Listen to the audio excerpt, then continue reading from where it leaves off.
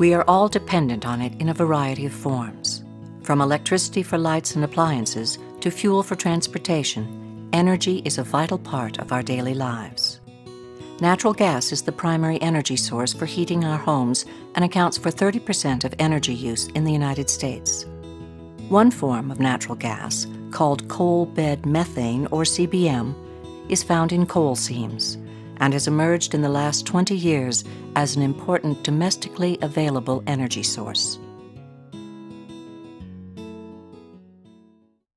We've never been in a situation that we've been so dependent on foreign governments. We now import 4.5 billion barrels of oil, and that works out to roughly 60% of all the oil that we consume. If you add the natural gas that we import, both from Canada and the liquefied natural gas, 70% of our fuel is imported from other countries. The Canadians are our friends, Alberta is our neighbor. We can trust them and we can count on them in the future. But a whole lot of these countries that we buy our oil from are not our friends, and they don't support our way of life. I think we've put ourselves in a very bad position. You know, we understand, being in the industry, the demand for the oil. All of us, whether we're in the industry or not, and we're oil and gas consumers. So we understand the importance of trying to find that locally, create jobs, create income for people in our state and for ourselves. It's important for each of us to recognize that we are part of the picture. None of us are exempt from energy utilization. We're extremely dependent on it. Montana can probably make or break itself on how it engages this industry and allows this industry to proceed like it's done in other states and in the past. Like any form of energy production, coal bed methane has economic and social benefits along with environmental, economic, and social costs. Over the next half hour, we will explore the balance between domestic energy availability and sustaining the environmental and cultural resources of the rural West, highlighting development in the Powder River Basin of Wyoming and Montana.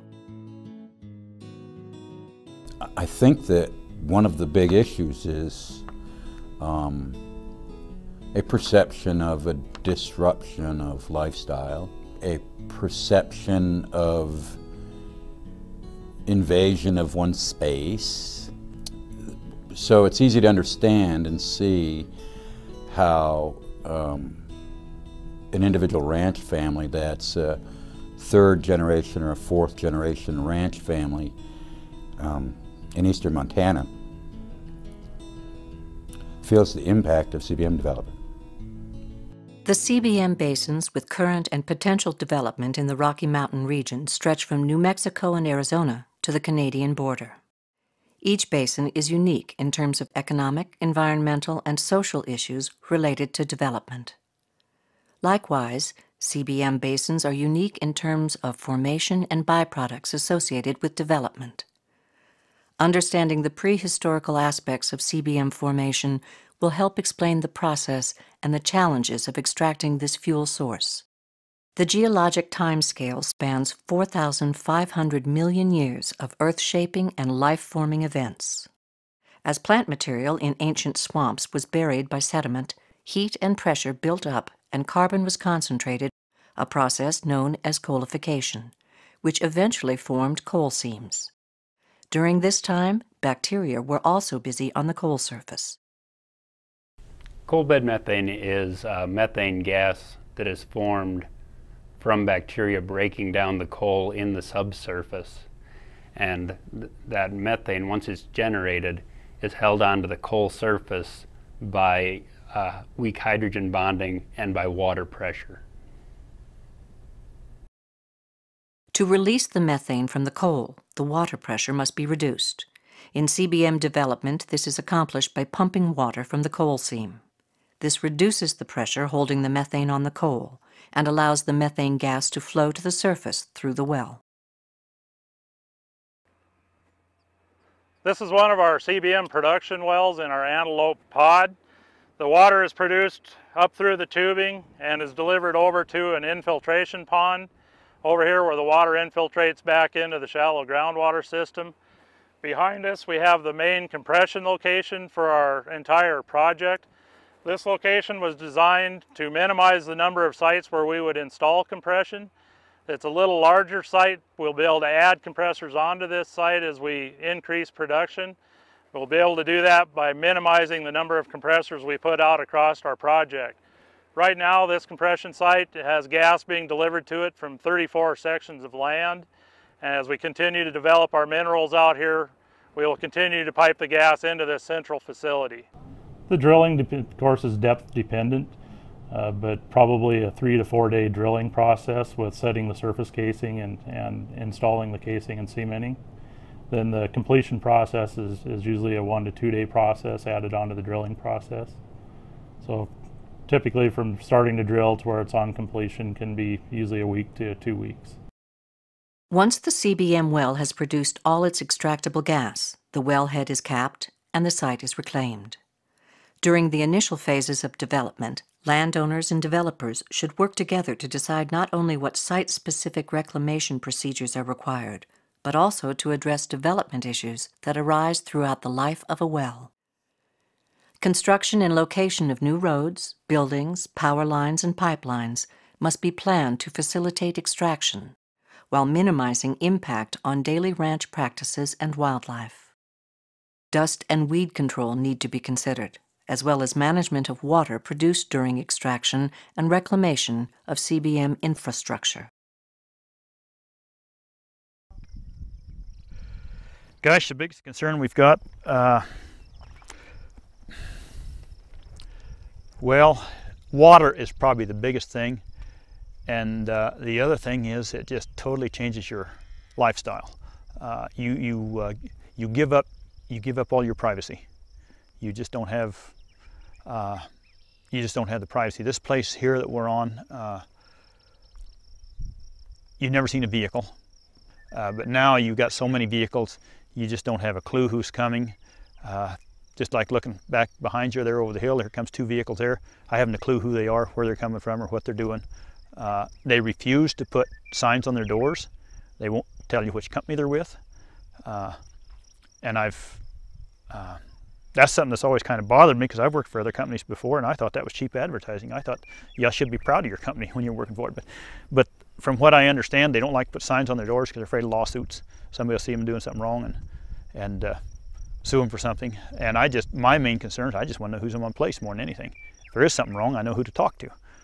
And at this point in time, I don't know who to talk to, because I'm here most of the time, but I'm not here all the time. And they are. Well, as you know, in Montana we have what's called a split estate. Just because you own a ranch doesn't mean that you own the minerals. Some people do own the minerals, some people don't. The bottom line is there are many cases where the mineral owners are different than the surface owners. We've built a relationship between mineral owners and surface owners in Montana. We've had oil and gas development in Montana for the last 80 years. We've found a way to work together. So I would expect that the mineral owners would respect the ranchers, the farmers. They'd make sure that they're protecting the rights of the farmer and rancher by controlling weeds, making sure they're taking care of the interests of the farmers and ranchers by closing gates, not letting cattle move around. And before they start drilling, come in, sit down with the rancher and say to them, look, this is what our plan is. How can we conduct our way of life without destroying your way of life? And that's why it becomes so important with things like coal bed methane, where the minerals company may well want to deplete the water that the rancher uses to water his cattle, and worse yet, the water that would come to the surface would be mixed with irrigation water and destroy his land. So I think the mineral owners, in particular with high energy prices, they'll find a way of doing the right thing, and I think that the ranchers and farmers in Montana recognize that they'll work with the energy producers as long as they're willing to help protect the land. I think in our case, the CBM was going to happen. We couldn't stop it. And at that point, to me, it became a question of taking what I presumed to be a liability and turning it into an asset if I could. I think you need to approach the agreements you make. I think that's the first critical step, is the surface use agreement. I think you need to approach it with an open mind. You have to be willing to compromise. You have to be willing to give some ground in areas where you can in order to be able to get the things you want, and you need to know what it is that you want, what's important to you. If you don't like overhead power lines, if that's the thing that bothers you the most, then you need to address that, but you need to understand that you may have to give some ground on something else in order to make that happen. Development of CBM is carried out by gas companies who have leased mineral rights for a parcel of land. In Wyoming, there are currently over 200 companies producing CBM. These companies work with utility and pipeline companies and various subcontractors throughout the production process.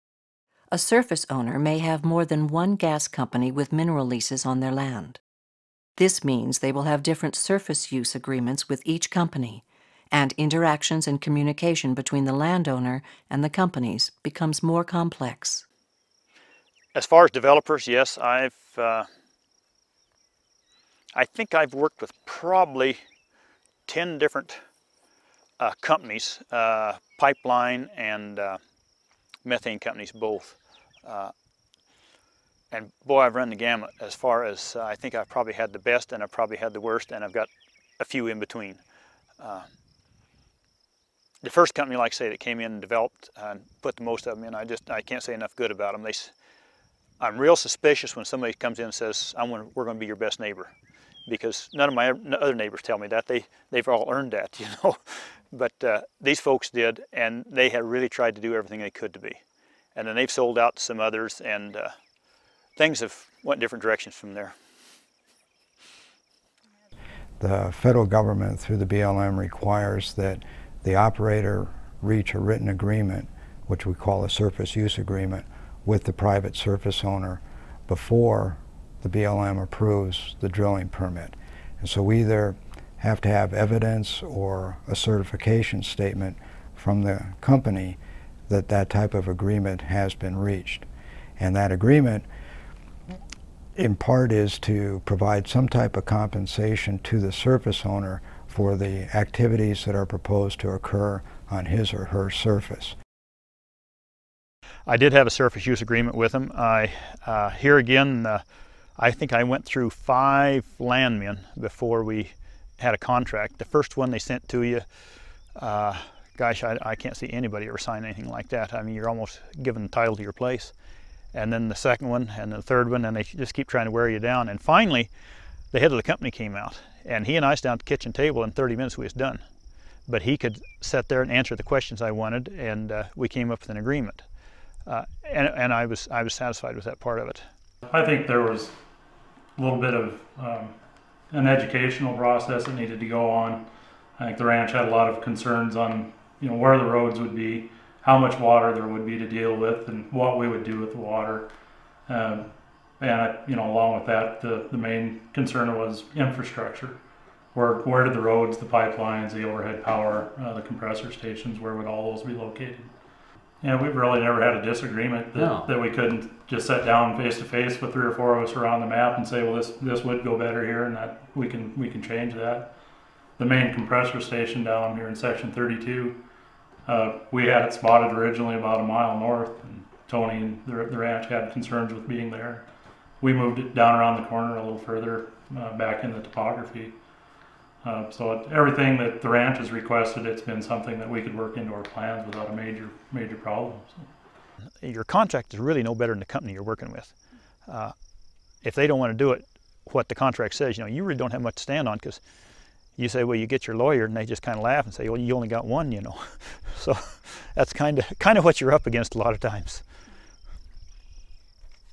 The Miles City office, I think it was 1996 when we received our first applications for drilling methane wells, and that was probably 96 to 98 was probably we received probably around 12 applications, and those were all down in the Decker, Montana area near the Decker coal mine.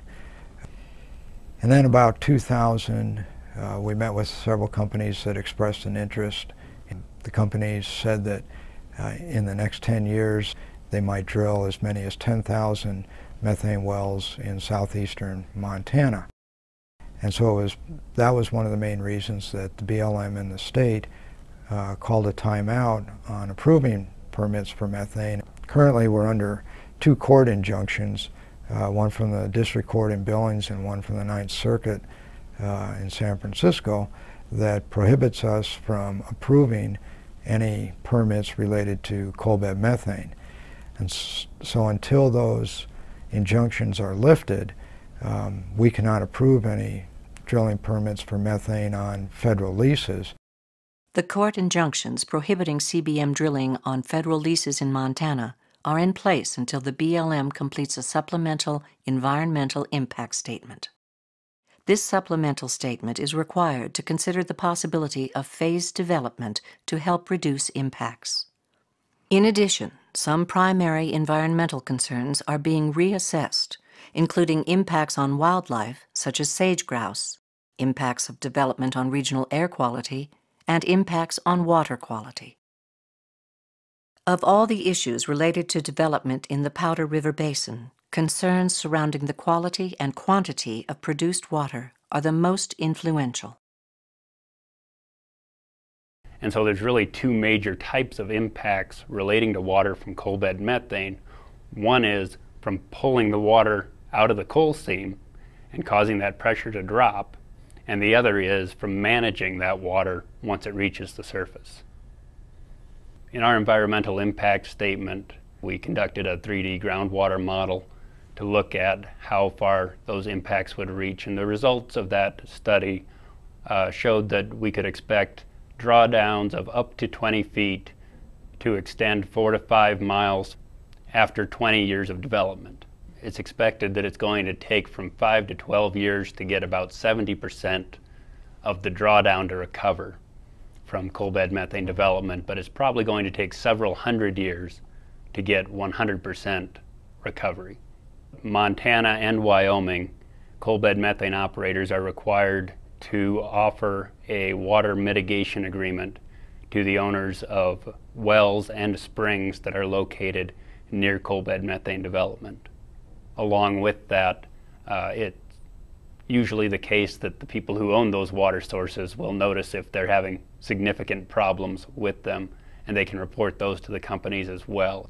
When the CBM operators submit a POD to us, they have to include in that POD a water management plan, and that has to describe how much water they're going to produce over time and what they're going to do with that water. At present, the options that are being used are permitted discharges into streams, discharges into holding ponds, discharge into ponds that are designed to allow the water to infiltrate or move into the ground. Water is being disposed of through evaporation processes. And some of the water is being managed through treatment to remove some of the salinity, but not all of the salinity. There are some studies underway and actually some pilot projects on re-injecting the water back into aquifers, below ground. On our off-channel infiltration ponds, the purpose of these ponds is to put the water in them and let the water infiltrate back down into the shallow groundwater systems. We're required to test the groundwater below these pit sites for water quality prior to building the pits, and then we're required, depending on the water quality, to continue monitoring that water. But the beauty about the infiltration pits is you are infiltrating the water back down into the shallow aquifers where that water's reusable again for future use, for future stock wells. And in all cases on our project, the CBM water is typically a higher quality water than what the groundwater is. Within the Powder River Basin and within the area of coal bed methane development, the issue that's of most concern with the water is not salinity, but rather the sodium. And the problem is that if sodium is introduced at high enough concentrations into the right kinds of soil, it causes that soil to disperse. Once that soil disperses, it will become saline. So you have a compounding effect from the sodium. When a soil is well structured, the individual soil particles are grouped together into clusters called aggregates. Spaces within the aggregates are small, while spaces between the aggregates are relatively large, allowing water to easily move into the soil. When certain kinds of soil are exposed to water with a high sodium concentration, the sodium can break apart or disperse the soil particles. As the particles disperse, the aggregates lose their form, and the large pores in the soil are filled. When the soil dries, a hard crust may form on the surface. Now less water can move into the soil, meaning more water runs off the surface or evaporates, leaving behind any salt dissolved in it. Through this process, the soil will become increasingly saline. If this continues, the increasing soil salinity may stress or kill vegetation. Within the Powder River Basin, one of the challenges in terms of developing standards is just the diversity of the geologic conditions and the landscape conditions within the basin. The basin extends maybe 100 miles from east to west and 200 miles or more from north to south. And on the western side of the basin you have the Bighorn Mountains, and on the eastern side of the basin you have the high prairie landscapes of central Wyoming. What that means is you have different rivers, you have different streams, they have different chemistries, they have different flow patterns. And so it's not appropriate to develop a single standard for all those bodies of water. The best way to manage the water from any coal bed methane pod is going to depend on what the quality of that water is, how much water is being produced, what the soils are like there, what the potential is for impoundments, and a myriad of other site-specific criteria. So the approach that we've taken is to say that there are many options available for the management of that water, but that we need to be able to demonstrate that we're not going to detrimentally affect surface waters or ground waters as a result of those management activities. Don't really know what the original plan was, what to do with the water. I don't think they expected near this much water, and I don't think they had a clue. I don't think anybody did. I kind of believe in one of the first fellows that came out here is probably the most honest ones there was. He says, I'm about half geologist and half hydrologist, and if you get 6 foot below the surface, we're all guessing. And I think he was the most honest one. Well, I think originally the biggest concern we had was for the water itself. We live in an area that's very arid to begin with, and we'd heard a lot of the stories about the wells that you did have all went dry, and we were very concerned about it, tried to address those things in the surface use agreement, but in fact, in practice, have really not found that to be true. We have livestock water now where we didn't have livestock water. If we have had a well or two go dry, that was very quickly addressed and taken care of. We were never without water when we needed it, at least not through Nance's fault. So most of our early concerns, I think, probably just actually didn't ever happen. To put it in perspective, there's a significant amount of uncertainty about how much water is being produced right now, how much water is going to be produced, how much of that water ends up on a landscape, and where it goes. We don't know all of those questions. I try to live by two theories, I guess, in life. One, you don't own the land. You just use it and you pass it on to the next generation, whether it be your kids or my kids or whoever. And I think you have an obligation to pass it off in as good or better shape than you found it in. We're all out here basically looking for the same things, and if you realize that the guy working on the drilling rigs or laying the pipe is really not all that much different than we are, he likes the same things, the relationship has actually been very good. There's been, I don't know that there's ever been a raised voice over anything. If we had a problem, we sat down half the time over the hood of a pickup, and usually in about 10 minutes we could solve it. So it's been a good relationship. Well, we are in the rulemaking process right now to make sure that we're putting together a protocol for developing coal bed methane that will protect the rights of the ranchers while developing the energy that both Montana and the rest of the country needs.